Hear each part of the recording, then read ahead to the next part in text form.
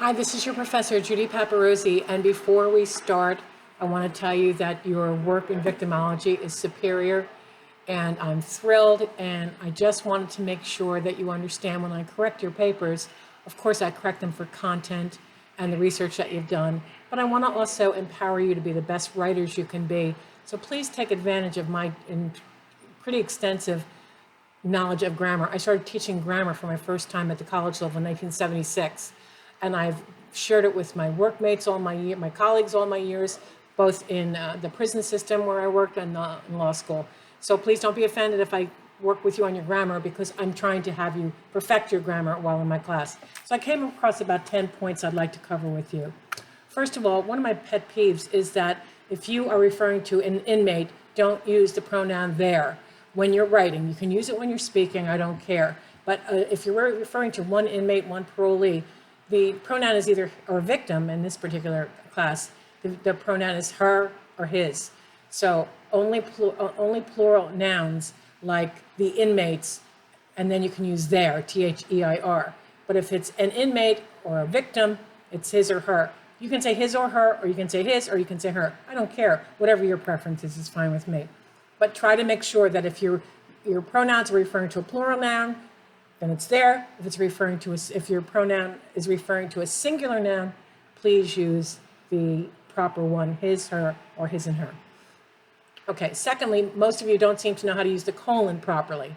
The colon, other than in dates and so forth, like 9:45, or the colon in the middle, is which separates the hour from the minutes. The colon is used to set up a list, and the colon must be preceded. So when you use a colon, there must be a full sentence before the colon begins. So you can't say the crimes include, because that's not a full sentence. So you add the words, in this case, an object. The crimes include the following, and I use that all the time. And then you put the colon, okay? So the crimes included the following, colon. Now you start your list. So colons can also be used not just to do lists, but they can also be used to join two sentences in an unusual way. But let's go back to the list for a second.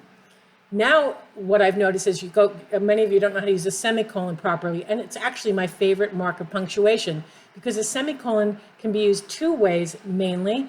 The first way is after that colon, when you have a complex list where there's other punctuation in it, or it's a little bit longer, each item on the list is a little bit more complex than just saying apples, oranges, and bananas, okay? Instead of just doing it with commas, which is fine after a colon, if you're gonna have a complicated list, especially in this class because you're mentioning a lot of things in each item of the list, you write the item in the list, semicolon. You write the second item in the list, semicolon, and then you finally period, okay?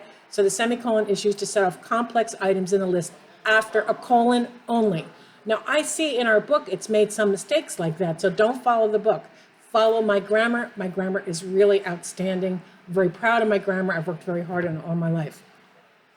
The other time that you can use a semicolon is instead of using an and, like a conjunction like and a comma and an and actually in the correct order, to join two complete sentences or independent clauses, if you want to get technical. When you want to join them because they're so closely related, the main thing you do is usually a comma and a conjunction. A comma can never join two complete sentences. Now, what's a complete sentence, you ask? A complete sentence has the three following parts. A subject, even if the subject's understood, like in a command, take this out to the garbage, like where the subject is understood to be you. You take this out to the garbage. So it needs a subject, even if it's understood. It needs a verb, which is the action of the sentence or a state of being, and it makes a complete thought. It expresses a complete thought. So I went is not a complete thought. I went to school yesterday is a complete thought. And so here you can use a comma and a conjunction and comma, and I went to the library, another complete thought. But you can also use a semicolon, which is really cool. So I went to the school yesterday, semicolon. I went to the library as well, at the school as well, something like that. I have two complete sentences joined so easily by semicolon. Never a comma, always a semicolon. And that's a mistake made by everybody, so don't feel bad if you make it. I see it on TV. I even see it because I use closed captioning. I see it there. It drives me crazy to see commas It's called a comma splice. When commas are used to join two sentences together, it's called a run-on sentence because it's improperly punctuated. Okay. The decades, the 1980s, 1990s, there's no apostrophe. And while I'm on this point, never use the apostrophe to make anything plural, okay? So you write 1990S, that's it, okay? And that's all you write. You don't write apostrophe S. The only time in the English language that we allow the apostrophe S to make something plural is if I cross my I's and dot my T's. Then you can put I, lowercase I, apostrophe S, and T, apostrophe S. And then he went from sizes one, the ones to twos to threes. You can use it there. That's it. Single numbers and lowercase letters, and that's it. No other abbreviation justifies it. So if you're referring to victims groups by an abbreviation that the victims groups, their abbreviations, you, like, for example, in an NGO, which is a non-governmental organization, it's capital N, capital G, capital O, lowercase s, no apostrophe. Okay. When you're going to use an abbreviation like the Victims Act or the Supreme Court or whatever, when you're going to use abbreviations, which is fine, remember they are preceded usually, most of these acts are preceded by the article the. So don't say VAWA and then go on. It's the VAWA. Okay?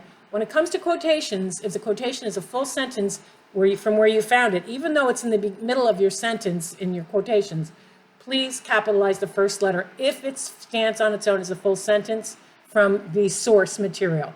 If it doesn't, you don't have to capitalize it. But if it does, you capitalize the first word of the quotation. If it doesn't, you don't need to capitalize it.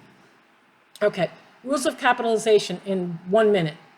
We only have 3 rules, and it's so simple. The pronoun I gets capitalized. The first word of a sentence or a quotation, as I just mentioned, gets capitalized. And the last one is names. So if you say, I lived in the state, I lived in the state for a long time, but then I moved to the islands or something like that. Don't capitalize state. It has to be part of a name. But if it says state of Virginia, that's different. That's part of a name. That's it. That's it. You capitalize names, the first word of a sentence or a quotation if it's a full sentence, and the pronoun I, and that's it. Okay? Victims, I think most of the time when we're showing possession with victims, we're going to make it plural. So it's VICTIMS apostrophe. That's Dr. Paparozzi in the background. Introductory clauses, a lot of you have problems with these. An introductory clause is, I would say 3 words or more, but 4 words or more before the subject of the sentence begins. So when I was younger, comma, when I was younger, comma, the limit is 4. It has to have a comma. You're setting off, and usually they start with a preposition, or so they can be an introductory clause, which is actually almost a sentence except for that first word, like whatever you want to do, comma, I go along with it. So it could start with an adverb, it can start with a present participle, working late at night, comma, okay? But I haven't gotten to the subject of the sentence, so set it off with a comma, and I'll see how you do on the next set of things. And if you begin a sentence with a year, you can't write the numeral, you have to write out the words. So if you're writing, 2012, you have to write 2WO, 1000, THO, whatever, 12, spelled out. If it's beginning a sentence. If it's in the middle of the sentence, that's fine. So that's my quick grammar lesson. You're doing great. I love the participation in this class. I'm learning a lot from you, and I see that you're learning a lot from each other. We'll see you on the discussion board. Have a good day.